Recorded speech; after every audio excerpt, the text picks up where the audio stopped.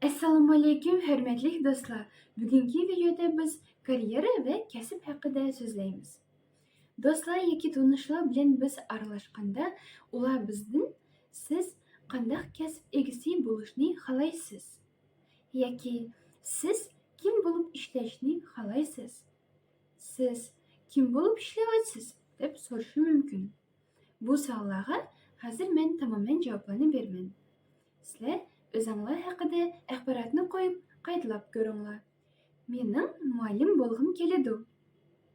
Muallim bo'lish uchun men universitetda o'qiyapman. 4 yil o'qishni bitirgandan keyin muallim bo'lman.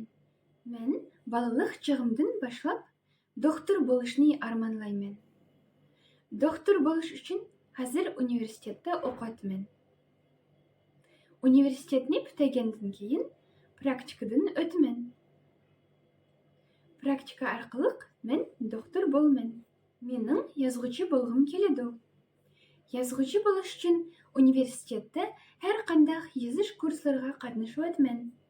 Universitetni bitirgandan keyin har qanday kitoblarni yozishga tirishman.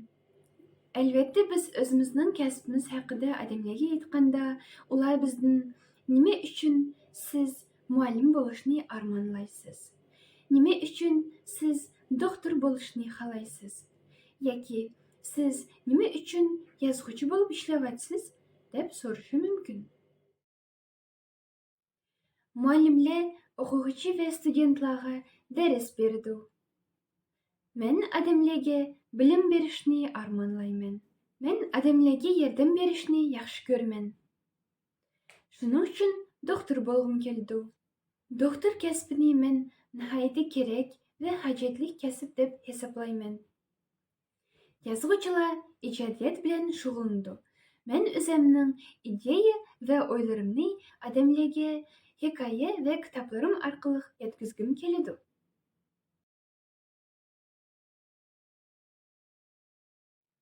Siz kim bo'lib ishlayapsiz? Siz qanday kasb egasi bo'lishni xohlaysiz? Nima uchun shu kasbni tanladingiz? Nimishga bo'lishni armonlaysiz? Diqqatingizga ko'p rahmat. Endigi videoda ko'rishguncha.